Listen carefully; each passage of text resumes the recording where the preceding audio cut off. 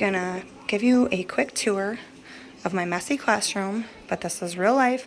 I use it for both preschool and homeschool, and I'm just going to show you corner by corner how I have everything situated. This is my circle time table. This is where I do my morning time with my homeschoolers. This is our calendar that we use. I am using My Father's World's Voyage of Discovery. It is a pre-K program, and the theme is underwater sea creatures. So over here, when my kids are done, they complete their work, they put it in here. This one over here is kind of our morning basket where I put our books that I read right away in the morning. Any crafts that I have for my preschool. This is all mainly preschool. This is the only thing that pertains to my homeschoolers. But everything else is my preschool morning basket. This is my preschool craft activities that we have that I sort out. I use Scholastic My Big World, so I will usually include that a couple times a month. And then my lesson plan or my teacher's manual. So I have all of these items that I use on a weekly, daily basis. And then over here is our circle time display. This big mess is where I have our art supplies. So I bought this from IKEA, and this is where I put all of our markers, pencils, where we practice our money counting, place value, our vowels, consonants.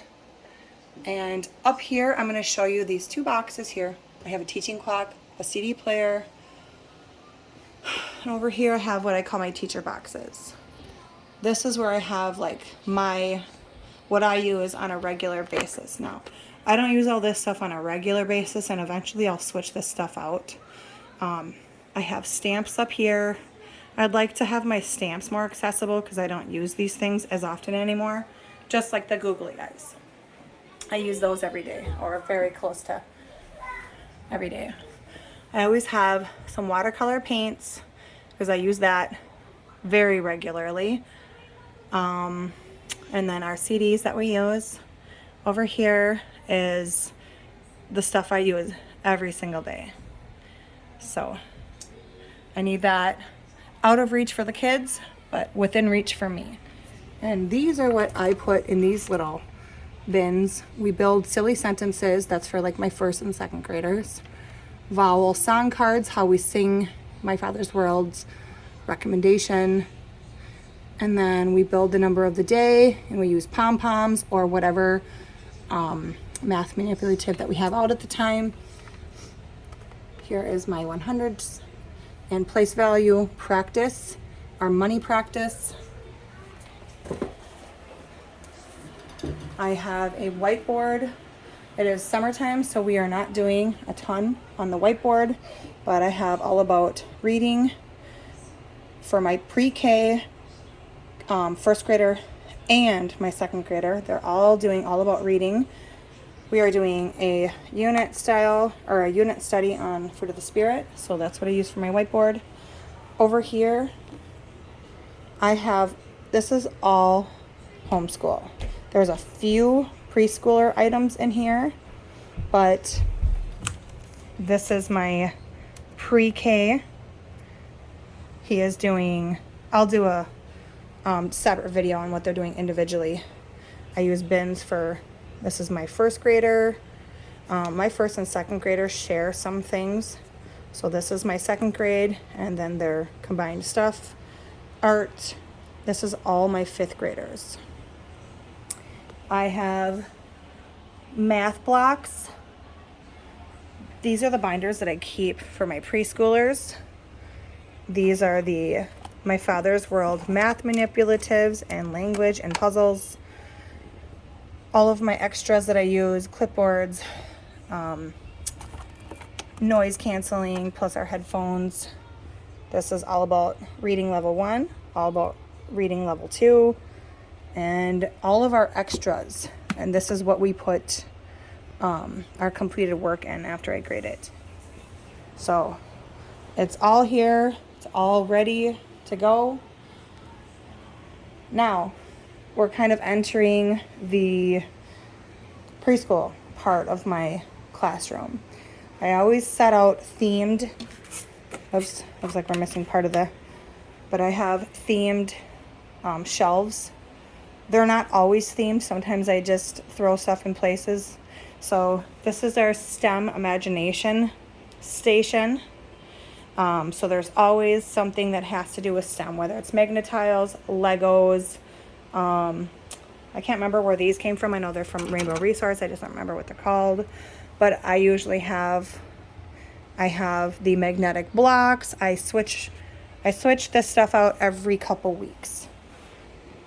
Over here, I have a shelf that has to do with our theme. So right now it is underwater creatures. So I have a tray with one activity from Melissa and Doug. Again, I have preschoolers. I do not have toddlers. So I use a lot of materials that would not be age appropriate for a toddler. This is a light bright. So I keep these things that would never be normally accessible to a toddler classroom is always accessible in my classroom, because this is a lot of self-directed play. My goal has been to remain passionate in early childhood, but also to homeschool my kids. And I don't want to classify myself as any specific style, but I love play-based learning along with literature, good literature that they can read and have access to with living photos. So you'll see a lot of these types of pictures in my classroom at the children's level. I do not have them high up on the wall like you see in some classrooms. I do have maps that I need to laminate yet. But my goal has always been to have real life pictures for them to look at. Over here is my reading area, and I check out books every single month based off of our themes. I usually have some math books, so you'll see some math themed books. I have literacy books. I have just living books. So living books meaning real life pictures. Not every single book is going to be real life pictures. Some are just fun. But if I can find something that relates to math, science, language, arts, or whatever we're studying, I will try to find anything and everything. And then over here, I have a file cabinet that I keep all of our material in that I will show on a different video, but I just have a couple activities. So we have build a word every single week here on this area. And this week I printed out these from, I think, Teachers Pay Teachers. And so I built all the words for them, and then I scrambled the letters up. So they only have the letters available to use on this picture. And then I will switch it out and put another, I'll just kind of rotate back and forth this whole month. Over here, I have another shelf, and it's certainly not picture perfect. We have played in it. Even today, all my kids are napping right now. So I have just displayed a few books just to encourage, like, that books are not just at the library. They are not just right before bed. You can look in a book at any time. So I have themed activities. I always have some sort of a science viewer so they can pop them in and look. There's always some sort of a laminated activity page that oftentimes correlates with a book that we're reading. So we'll just grab our book off the shelf and we'll sit down and we'll play with the pieces. We classify with living items. Sometimes it's pine cones, sometimes it's feathers, whatever we can find. I don't try to make it super difficult. Whatever we can find in our area is what I use. Sometimes if I can find something at the dollar store, but oftentimes I just find toys or items out of my own kids' bedrooms, and I pull themes out of the things that we already have in our home. So I don't know if you would call that upcycling or what, but that's kind of what I have done this whole year.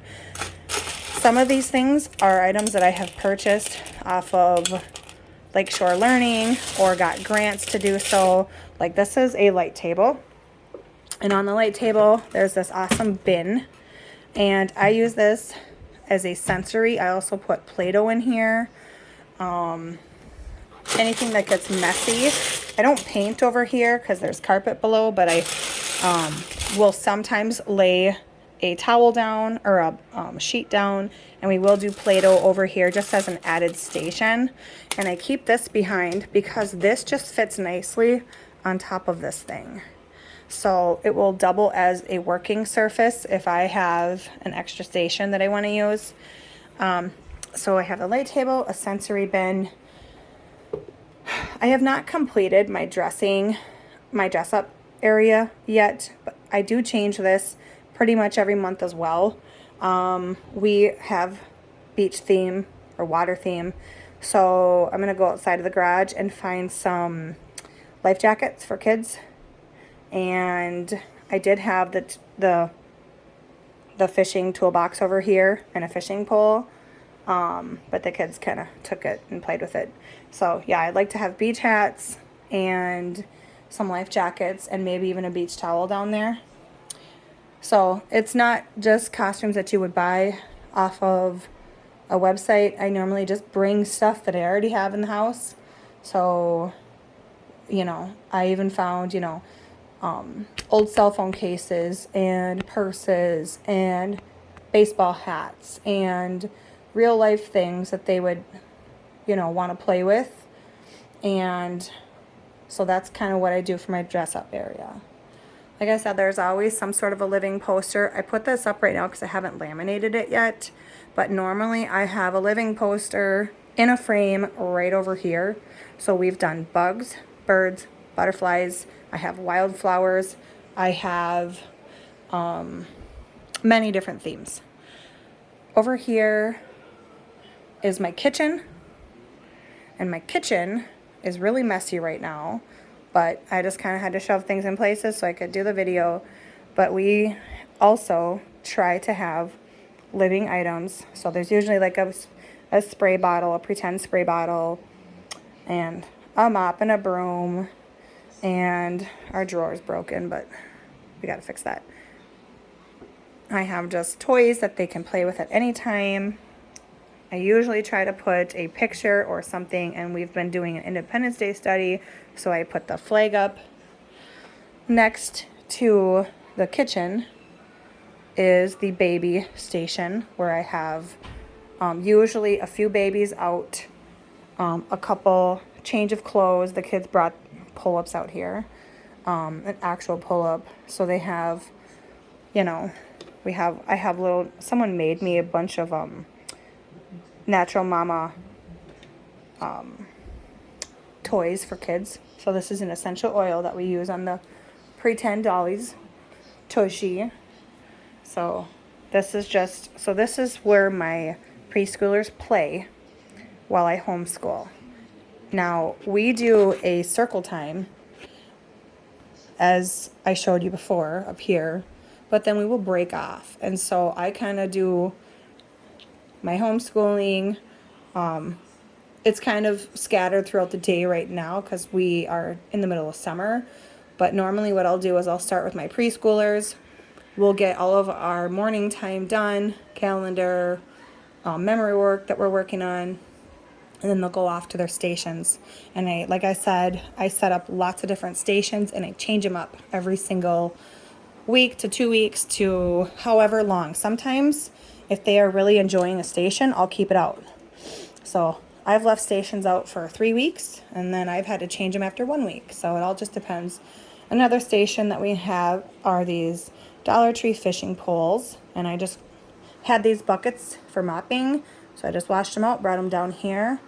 And we normally have a blue blanket right here, and I'm using it as makeshift water. So they will toss the fish onto the blue blanket as if they're fishing, and then they will collect them and put them back in here. And for my younger preschoolers, they can sort by color, they can count, they can participate. It is a little bit of a advanced skill, but they still have a lot of fun. Over here, I always pretty much have the poly spots out. They love to set them up and do a little bit of physical activity movement. As you can see, I don't have a ton of space in here. I used to lay all of my shelves flat against the wall, and then we would have a huge area for physical fitness. And I used to do a lot of like cosmic yoga and fitness activities down here.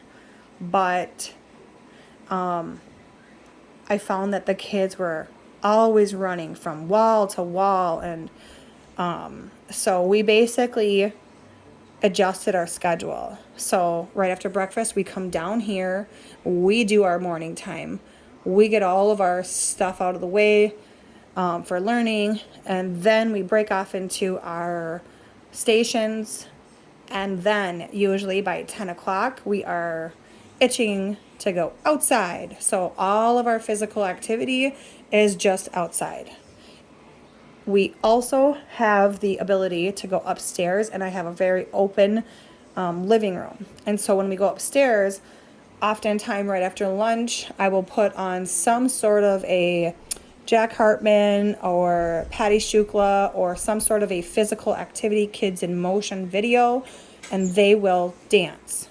So I just wanted to give you a rundown of what our classroom looks like and how I use it for both homeschool and daycare, or essentially daycare, but it's really preschool.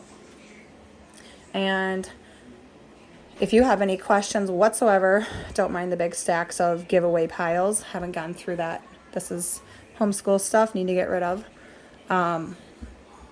If you have any questions whatsoever, feel free to leave a comment, and I will do my best to get back to you as quick as possible. And until then, I hope you have a great day.